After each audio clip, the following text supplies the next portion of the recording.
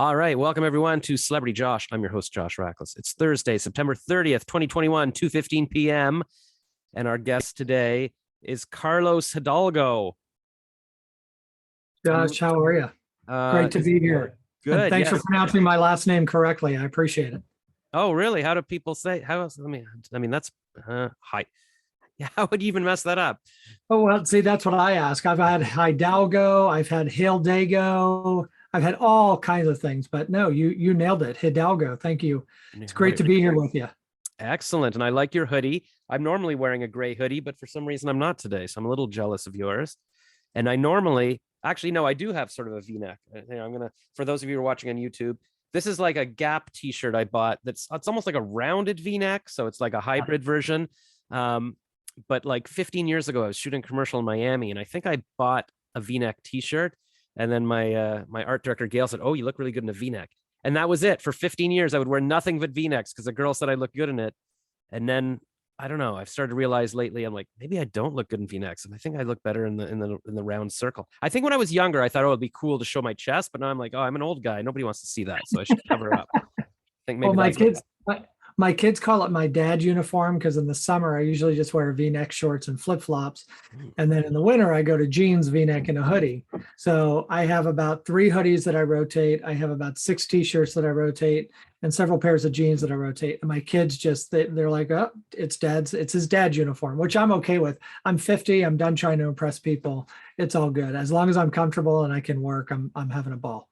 Well, that's what they say, that Mark Zuckerberg, Steve Jobs, they all have a uniform because you only have so much decision-making power each day, and they don't want to waste it on like which color shirt should I wear or whatever. So they just wear the same shirt and pants every day. Yeah, if I was that smart, I could also claim the same thing, but it's lazy. Honestly, I just prefer comfort. Yeah, no, I didn't ever want to get into that either. Like, oh, old people, they just wear like tracksuits or something, but I get it now. I'm like, yeah, I don't want the harsh, like a metal button on my jeans or anything. Like, no, I want, actually, I was wearing sweatpants for the past year, basically. I've just started putting on jeans again, but I'm like, I don't like this. I want my sweatpants. Right. I know all of us went into a COVID uniform. So when we started to wear, I told somebody yesterday I had another hoodie on and I said, I'm almost dressed up. So this is what has happened to us, but I've worked from home for 15 years. So this is nothing altogether new. Well, even before COVID, I had a couple of hoodies. I have sort of like a thicker black hoodie that my mom got me at Joe Fresh because it replaced the gray Gap hoodie. I had one like yours, but the elbows have worn off. And then I had a formal hoodie, which was like a thinner material that was almost fancy. So I would wear that if I was going to dinner or something. So I had a formal hoodie and a casual hoodie. That's the extent of my ridiculousness. But I'm much younger than you. I'm turning 49 in a month. So I don't even know what it's, when 50, who knows? Maybe I'll just, but you've already got kids. See, that's the thing. I can't catch up. That's the one thing I can't. I mean, I guess I've started calculating. If I want to have a kid before I'm 50, I'll have to impregnate the woman 9 months before that. So November, December, January. So I've got till, Valentine's Day. Basically, if I do it by Valentine's Day, I can be a young dad. So if anybody's listening to this. Good luck with that. My youngest is 19 and turns 20 next month, October. So. Which sounds crazy, but I'm like, I had girlfriends when I was 22 or 30 or even 35 or even 40 that I could have easily married. And I was just like, no.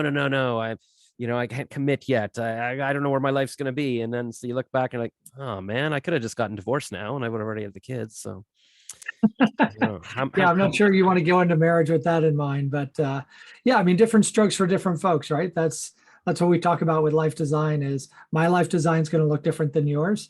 And, we've all got different designs. That the key is not letting life design you. Right. Well, I think that's what I did. So I don't know if it's too late for me, but because I was just, the guy I interviewed just before you, he's a PhD in stress relief. And he's like, you got to let things go. And I'm like, no, I can't let things go. He says, that's called ruminating, like just regretting your life. And I'm like, yeah, but I'm making a list of everything I've ever done that I regret. Like, I regret breaking up with Sarah when I was 18. And then I regret, why did I go into advertising? I should have kept doing a master's and a PhD. And why didn't I guess every girl I should have married. But okay. So maybe for my remaining years, we can design it. So what's your background? How did you become whatever you are? Yeah. So my background is I spent a number of years in corporate world. Um, I actually started right out of college with a nonprofit. And then I went to, did the agency route for a couple of years. And then I went into corporate America with two software companies, McAfee and BMC Software, and started to have global roles in marketing, in the marketing department. Learned a whole lot, and left BMC Software because at that time my four kids were pretty young and I was traveling all over the world and just missing their childhood. So always wanted to start my own business. So I gave it a go in 2005, co-founded another agency. This time it was mine. Like these are ad And agencies or what? no, marketing consulting agencies, Okay. more demand generation, marketing automation, B2B marketing. Hmm. And so, in digital marketing. So went down that road for 12 years. And probably about 4 years into that, even though I just started it as a way to be home more and way to be involved with my family more, I got really involved in growing this business. And then my ego kind of took over. And just it absolutely destroyed me because I started to pursue things that honestly aren't important to me at my core. And so bought into this false belief that business growth, adding employees, adding revenue, writing books and everything was kind of the end all to be all. And in 2000, end of 2015 and 2016, it just all fell apart. I burned out personally and professionally, and about lost my marriage over it. And so took most of 2016 and 17 to get back to who I was created to be. And out of that came my second book called The Un-American Dream, which talks about all the pursuits that we believe are important. But when we really take a step back, everything we're doing to ourselves in our Western culture is quite foreign and quite different than what the true American dream is. And that gave birth to people saying, "Hey, do you coach on this stuff?" So my wife and I do what we call life design coaching. How do you design the life you love to live every day?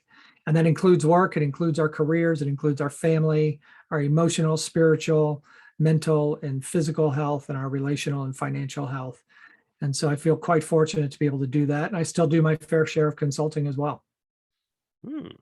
That's all very good. Like I wish I was young because then I wish somebody had sat me down at 20 and said, here's how it works. If you want to have kids, this is the age to do it. If you want to, these are different career options. Don't waste a day. Because I feel like it's very easy when you're young to just go, I'll do something later. And then 30 years goes by and you're like, oh, I should have designed my life.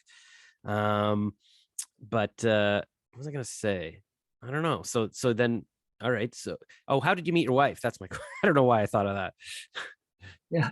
Yeah. My wife and I met in college in Ohio. Uh, I was a transfer. I transferred in my sophomore year. We met the first day we were there. Pretty much our sophomore and our sophomore year, we really didn't interact. As a matter of fact, neither one of us were all too impressed with each other the first time we met.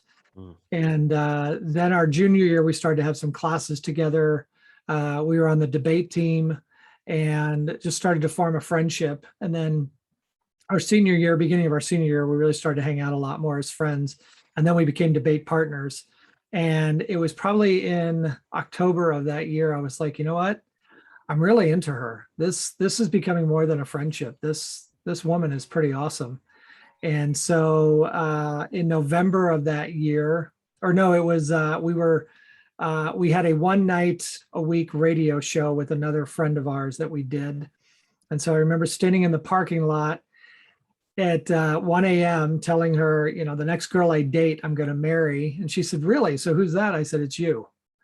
And she kind of looked at me and laughed. And she said, "You're on the rebound," because I had just come off that summer, I'd come off a 2 year relationship. And so I said, "Okay, say what you want." And so we started to date, and it had its ups and downs, twists and turns. But about a year later, we got engaged. And 9 months after that, we got married. Wow. 27 years in. Yeah. So yeah. So well, 27 years. Yeah. So that would be if I'd married Sarah. I'd be like, whatever. That's it. How did it whatever. I mean, we can go into this forever, but it's like it didn't occur to anybody. You're hanging out, you're doing radio shows, debating. It's like, oh yeah, maybe we should date. Like what? I mean, every girl I looked at that age, and still now I go, could I date her? Like but but that's good. Build a friendship so you get along. Well, that's good. So you designed your life, because that's the thing. You can't go back in time and go, okay, I'm gonna like, and it's I didn't realize how quickly someone's value disappears when you're older. It's like, it's I always thought, oh, I'm so creative and funny and whatever, but the value you have when you're young is that you can raise kids, and you've got potential, and you're young, and somebody could grow old with you. And then it's like, anyways, that's my rumination.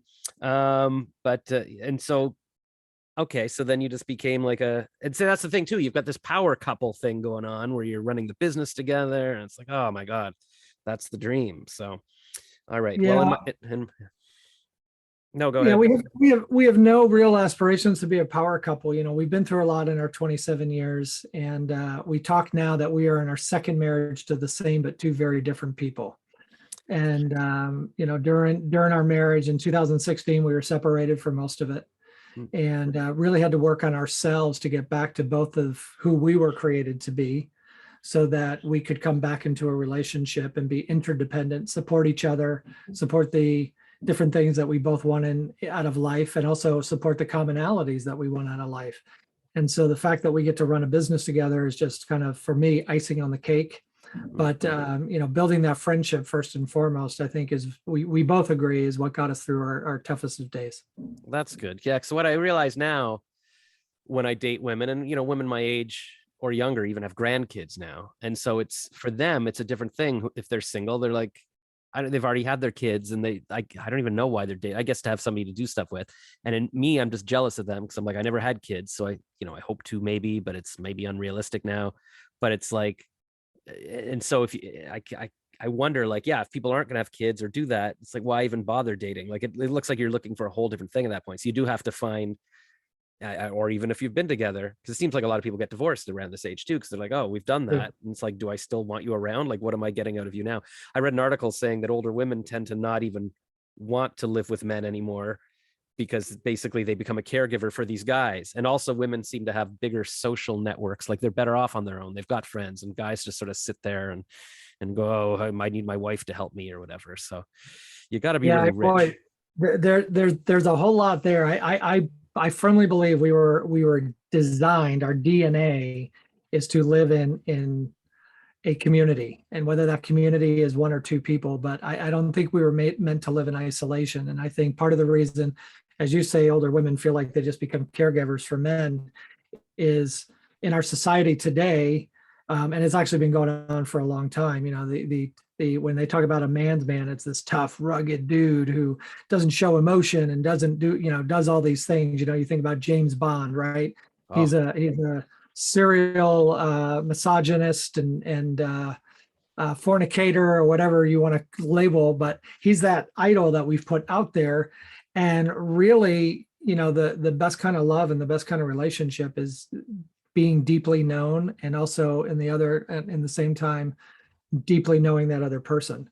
And so when you get to that point in any kind of community where people know the good, the bad, the really dark and ugly of yourself and still love you, that is a community, and that is a relationship that you just fight for and work hard at, because it's so life-giving. And I believe we were designed for that.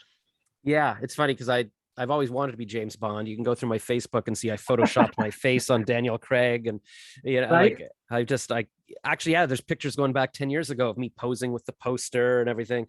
Uh, but it only recurred to me recently, well, wait a minute, that's a fictional character. Like, even the actors who play James Bond got married and had kids, and that's what they're Right. doing. Like, nobody wants to be alone like that. And every now and then when I get a flash of just remembering what it was like to have a woman who loved me and that I loved, I'm like, oh, that felt really good. And I always pushed it away. And I was just telling the stress guy just before this that I actually, started getting stomach pains. I went up in the hospital, like, just because I found out with one of my exes got engaged, and it was my body's way of saying, no, you're supposed to be with this woman. You're supposed to have kids. This is better. This is more fun. And then the last Jen, she sent me, they're all named Jen. So she sent me to therapy to try to figure out why I couldn't commit. And the therapist was like, why don't you try going on LinkedIn and networking for your career, that kind of thing, instead of just like looking on dating apps, and maybe you'll get the same rush. And now I realize, yeah, I would have enjoyed that more, like networking and working on my job and have the comfort of one person. So if any young people are listening thinking it's fun to be on Tinder and play around, no, to lock someone down now. Dating. Well, Yeah, so and I would also say to that that love isn't a rush. Of course, we have the dopamine and all that kind of stuff when we first find that person, you first fall in love. And my wife and I kind of joke about some of our kids. We have one son are married where they're like they're dumb in love, and they're for their first year of marriage. And but that's not what sustains a relationship. Ultimately, it's a choice. It's a choice that you make because we're human beings. You're going to let that person down. You're going to disappoint that person. You're going to say things that hurt that person. And so I think what we've done in our society today is we've made love this feeling, this emotion, and this like, oh, it's all butterflies. Well, that doesn't last. And when the washing machine breaks and you got kids who kept you up all night and you're both exhausted and the coffee maker didn't go off in time and all these things start mounting up, that lovey-dovey rush doesn't happen. And that's what we keep looking for. And then we wake up one day and we go, well, how come it's not there? Okay, it must be out of love. Love is a choice. Love is a decision. Love is a commitment. And so if we can't make that commitment to someone else, I think, yeah, there is a practical goodness in saying, I need to discover what is my block. What am I so scared of making that decision? But if all it is going from rush to rush to rush, you're never going to find a fulfilling relationship. yeah, and that's sorry for the noise. That's the guy cutting the hedges in the backyard. Oh, I don't hear Um, anything. oh, that's good. Yeah, all the podcasters this week are talking about how Will Smith and his wife Jada Pinkett talk about how they have an open relationship, and she wanted to open things up, and but it doesn't seem like he's happy. It's all a disaster. But that's what I realize now too. Yeah, I've been trying to figure out why did I guess I wanted the rush. I always was wondering, well, what would life be if I'm not looking for the next girl or whatever. But this is actually a line I do in my stand-up comedy now. It's like, I kept breaking up with my girlfriends because I didn't want to sleep with just one woman for the rest of my life. I didn't realize the alternative was to sleep with no women for the rest of my life. Because Right? that's why when I was 40, I broke up with my girl. I'm like, no, I wanted more girls. And I literally have not had a girlfriend for 8 years. I'm like, well, I could have been having sex every day, at least with one person. Yeah. So that's my warning to people as well. Yeah. And now, yeah. So I don't, why did I break up? I think in my own head, I was just afraid. It's kind of like just a fear of death in a way. I was just like, this is it. So I'm 22 and I married Jan, but that's life. And, I kept thinking, well, no, I want life to be open. I don't know where life's going to go. And it's like, I didn't want to be planned out, but that's always been my try. That's why I never bought a couch. Cause I'm like, oh, I was researching couches which couch do I buy? Which couch do I buy? And then I never got any couch. And so it's kind of like you think, oh, well, there's a million billion women that you haven't met them all yet, but then you wind up with nothing. You just have to pick up something and enjoy what you have because you can't have all options. I don't know. So what would you say? Like, what do you do? Offer like a design course now, or do you give speeches? Like, what is your thing? Yeah, so I do one-on-one coaching with individuals, primarily professionals, who just say, "Hey, you know what? I've got an inkling there's more to life than just doing what I'm doing." And it's amazing to me the number of people who are in lives that they're just not satisfied with. They're not fulfilling. They're not life-giving. It's not a life that they love to live every day, and they've kind of designed it or they've made the decisions on the expectations of others and what they feel others should do, or they feel like, well, this is the path, right? You graduate, you go to college, you get the job, you do this, you do that, so on and so forth. So we do one-on-one coaching. We're about to launch our peer-to-peer groups. So that's groups of up to 12 individuals who say, hey, I don't want to do the one-to-one. I want to do it with a group of my peers. So there's an element of one-to-one coaching. We kind of do a little bit of a hybrid where we meet for 90 minutes for 8 weeks. And then we intersperse that with one-on-one coaching. And then I do a lot of speaking as well. Not so much with COVID, but starting to get back to that. I've done some virtual speaking, and we'll be doing my first live event in December in Austin, Texas. Hopefully, I have a call about that next week. But yeah, and then with my consulting, I just work with organizations, and I do a lot of advising for CMOs as well, and for marketers on decisions they should make. And then I also work with business owners on how to grow their business, but not make the business the end all to be all. That's cool. Yeah. So what? Okay. So you've got grown. How many kids do you have? I have 4, ages 19 through 26. Jesus. Okay. So you lived the dream. And then because I start to realize now too, I was always jealous of people having kids because they would always make their Facebook profiles the kid. And I'm like, what, is this the kid the only thing that matters now or whatever? But even when I spend time with my 9-year-old niece and 7-year-old nephew now, I'm like, oh yeah, I could see how you could put your all into that. So, say you're somebody like you, who's pretty much my age, and you've got the kids already and they're grown. Do you still care about your own life at all? Or are you just like, well, it's there, it's all done now and the kids are grown up and like, because I wonder, like, does anybody who's already had the kids have that drive still to work on their own business or work on their comedy or do anything with their life, or is like kids really the only purpose to life? No, I think there's a whole lot more purpose to life. My wife and I always came in with a philosophy as our kids came into our lives, we didn't go into theirs.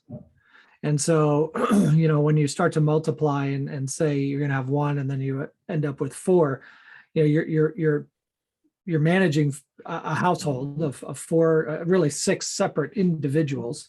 The mistake I made is, when I started this unhinged career pursuit, I put the five of them on the back burner and said, hey, kind of what I want is more important. I don't think I ever vocalized that, but my actions surely showed that. And so, what we started to do is, after we started our second marriage, we kind of came back and said, what do we want out of life? What do we want to be? And we started to prepare and say, hey, eventually in about 3 to 4 years, all the kids are going to be gone. And we don't want to be part of the gray, what they call gray divorce statistic. And so for us, our business is purpose over profit. We give, we try to put a minimum of 10%, take a minimum of 10% of our profit and give it away. So we're purpose driven in that respect. And then, just speaking for myself, my own purpose is to help people. And so it doesn't matter if I'm helping my neighbor mow his lawn or put up a fence, or helping a client with life design, or helping a company improve how they market and sell themselves. I get to help people for a living, and it fulfills my purpose. But I wasn't able to do that until I rediscovered my identity and really locked into that. So I think when we make anything, whether it's a person, whether it's a kids, a job, a career, and say, well, that's my goal, and we achieve it, then it's like, okay, what else is left? So, what I told people when I turned 50, of course, you get all the jokes of, oh, you're going to get the AARP mailing and all these things. I feel like I'm just getting started. And a lot of it was the work that I did as an individual to get back to myself, my truest form of self. And the fact that I did that, 50, great. It's just, to me, it's just a number. And I for all I know, tomorrow may be the end, but I can say that I finished well. Well, that's depressing, but also inspiring, I guess. Yeah, it's hard to know. I don't. Well, we just celebrated yesterday my great uncle's 95th birthday, so That's awesome. you never know. Although he's got Alzheimer's, he doesn't really know what's going on. But we zoomed him. Right. But yeah, all right. But I keep hoping, they keep saying they're in 5-10 years they're gonna have great medications for anti-aging. So I'm counting on that, and that's what I always counted on. I'm like, I'm not gonna get married. They're gonna solve aging. I'm gonna live forever.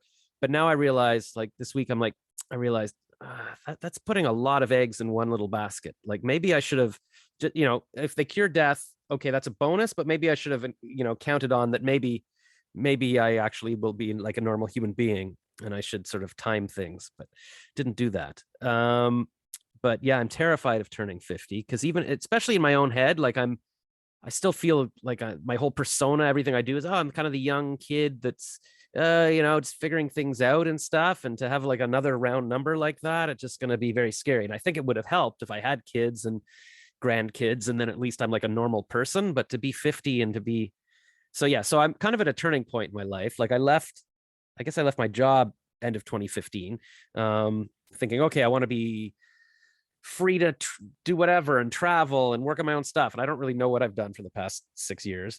And then I sold my condo 2 years ago because I thought, well, maybe that'll be it. Maybe if I'm free to just travel and live in hotels, I'll meet people, I'll discover my purpose. Didn't really do anything, just stayed in hotels in Toronto for a few months, and finally went to Florida for a podcast conference at the beginning of March 2020. I'm like, hey, I could stay in Florida. And then COVID happened, and they're like, you got to come back to Canada. I'm like, oh, crap. So now I've been living in my parents' basement for a year and a half, and they want me out by the end of October. And so I'm like, okay, so what do I do? I've started doing some freelance copywriting again because I figured, okay, I should start making some money, and that's coming in. But I'm like, but I never really even, advertising was okay, but I'm like, that's not what I'm supposed to do for the rest of my life, is write ads. And then I looked into radio jobs, and I actually probably could have got a morning show job 2 years ago. And I thought, oh, I don't want to move to a small town, but I could have been there for 2 years already. So I screwed that up, and I'm like, I want to be a professor, but like, at this age, what am I gonna like do a PhD for 10 years? Like, that's ridiculous. But I'm so mad at myself. I'm like, why did I do a master's? I could teach it. So yeah, I was trying to figure out, I can do anything. I can go anywhere. I could get an apartment in Ottawa, Toronto. I could get any kind of job.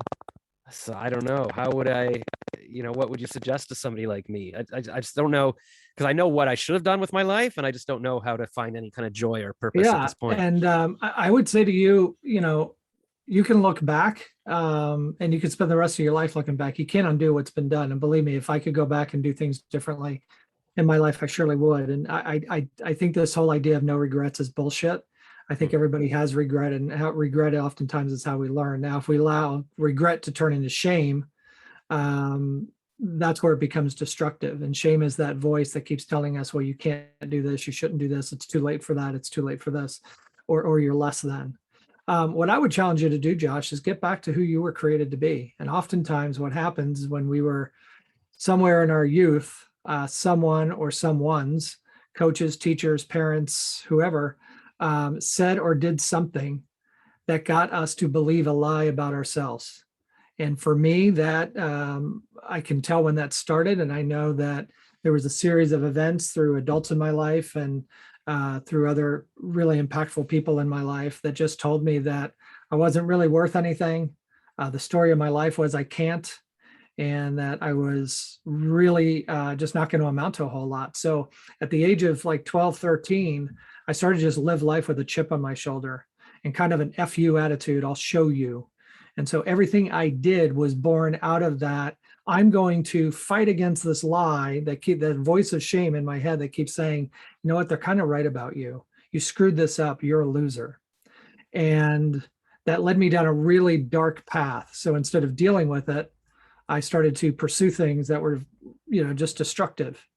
Well, it wasn't until it all fell apart and became exposed that I had to either say, I'm going to keep running from this voice and trying to silence it, which it never goes away, or I'm going to reject the lies that I believed when I was 12 and 13.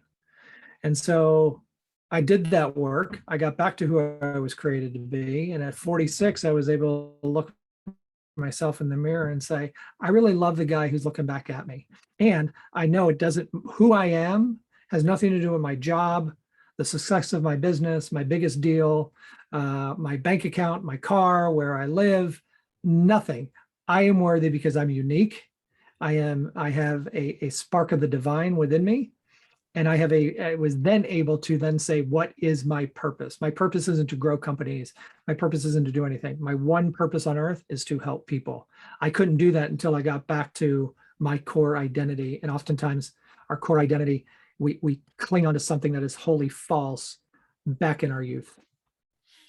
Yeah. And they do say, I've been hearing lately, that the best way to fight depression is to go help people. Like, get out of your own head, stop moping, go volunteer at a food bank or whatever. And then it sort of makes you feel better and makes you realize other people have worse problems and makes you feel worthy and all of that. Or practice gratitude on top of that. Oh, yeah. Yeah. Just practice gratitude. And I'm not a big journaling guy. I hear people, write down 3 things. I try to come up with 3 things that I'm thankful for, grateful for every day. And it's not that hard to just practice gratitude. Yeah. And it'll change, it'll rewire your brain.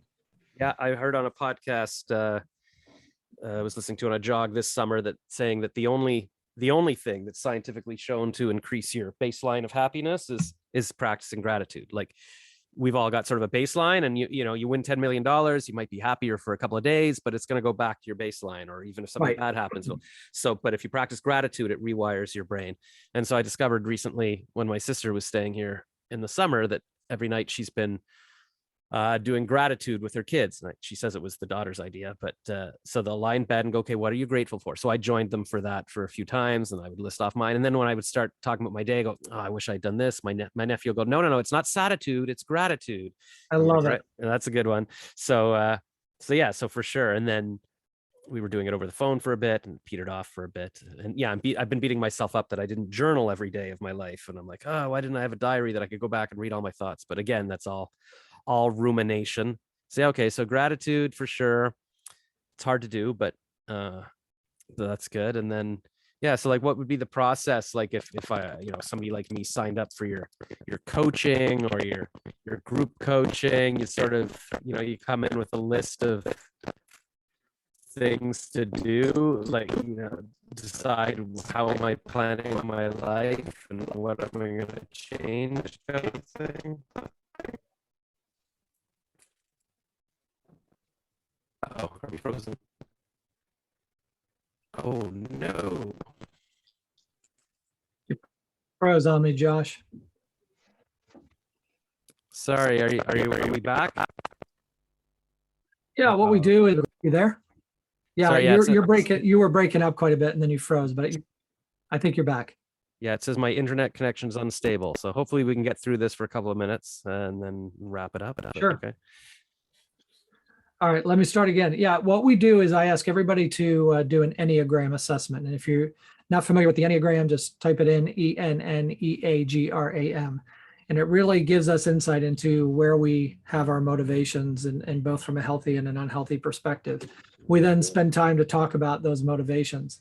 And then we say, hey, let's work on 2 to 3 outcomes over these 6 months. This is the 1-to-1. Let's talk about 2 to 3 hard outcomes that we are looking to achieve in terms of life design over the next 6 months. And so first month, we're going to meet 4 times. And then after that, we're going to meet once every other week. And then in between that, I do spot coaching where people say, hey, I really need to talk to my coach and I don't want to wait 2 weeks. So we set up a time to spend half an hour, work through some things. But it all starts with, let's again, get back to who you were created to be. I'm not a therapist, but I've done the work myself and I can help guide. I think therapy is a wonderful thing if you get with the right therapist. And there's a bunch of different modalities that you can adopt. Once we understand that, say, okay, let's start to identify our purpose. Why are we here? We then identify our purpose and then say, hey, great. Now what gifts and talents do I have to go and live out my purpose?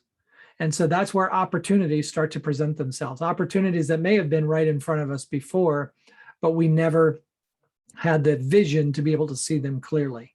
So once we define that, we say, great, how are we going to align to ourselves or the partner or close relationships in our lives that are going to be impacted by this? What agreements are we going to put in place so that I can achieve my life design? And then how am I going to plan? Now, the planning is really interesting because we can put the best plans in place, but life's going to do what life does. And so we really talk about holding things loosely. Let's follow what's unfolding and then go execute. So one of the things that I wanted to do was scale back the amount of hours I work. May 31st, I want to do a 4-day work week for the rest of my life. So I got you back. You with me there? Sorry, yeah, I don't know what's wrong with my internet. It looks like there's like all bars, so I don't know what's happening here. Okay. Yeah, wait, I just lost you around what were we talking about? I don't know, just like a minute ago. You want me to just start over? Yeah, maybe just do that. Yeah, so we go through an Enneagram assessment, which really takes a look at our motivations and our both from a healthy and an unhealthy perspective. You can do some research on that, or I can send you a link to drop in the show notes. And then what we do is we start to get to work on let's rediscover our identity. Now, I'm not a therapist. I believe in therapy, and I believe there's various really good modalities of therapy, but I'm not a therapist. But I've done the work myself, so I feel like I'm a good guide. And I'll be the first one to say, hey, this is kind of beyond me, but let's get back to maybe get to therapy. And then we can define our purpose. Once we define our purpose, we align that with our gifts and talents that we all have. So my idea of my purpose is helping people. If I wanted to help people by playing great music, I wouldn't help anybody because I'm not musically talented. So let's align my purpose with my gifts and talents and then see what opportunities exist. And most often we'll find opportunities that present themselves that may have been right in front of us the whole time. We just didn't have the clarity to see it. And then we look to align, agree, plan, and execute.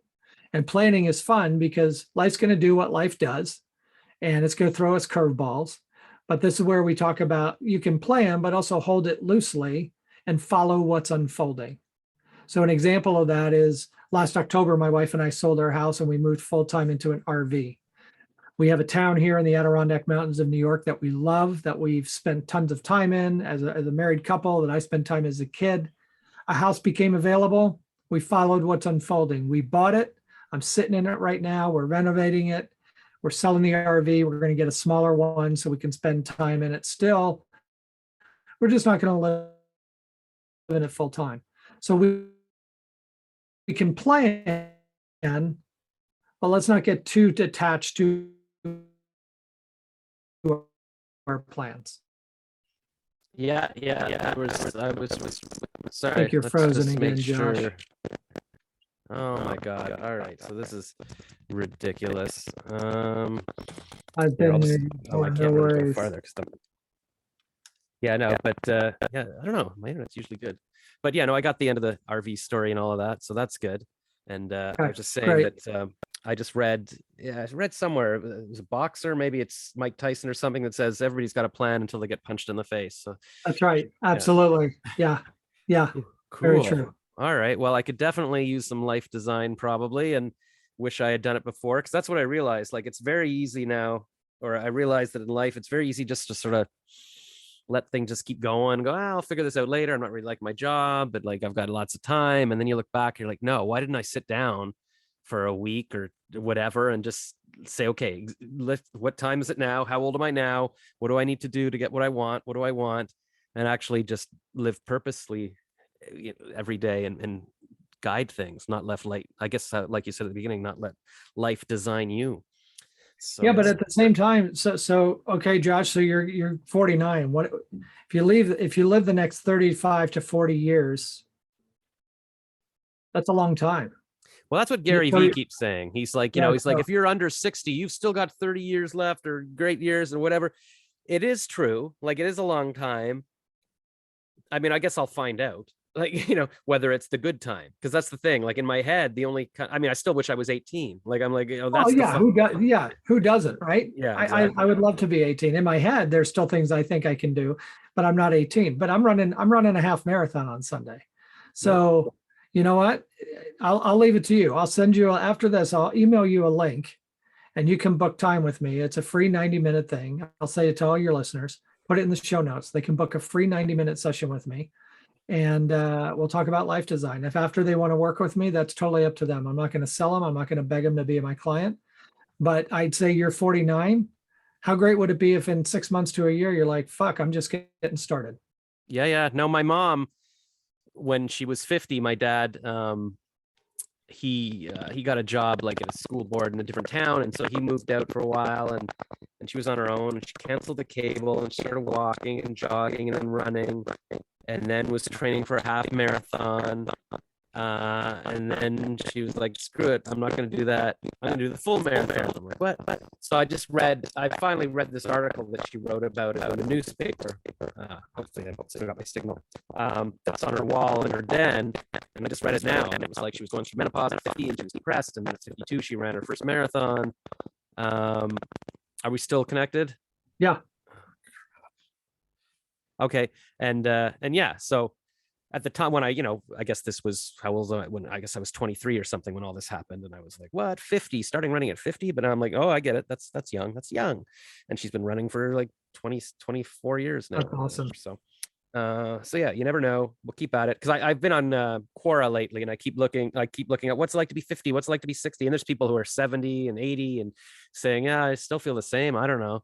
So that's the thing, because if I had known at 20 that at this age I'd still feel, I don't know, I feel pretty much the same. Like most of my problems are just my mental problems. Like I don't really feel any different. I don't know.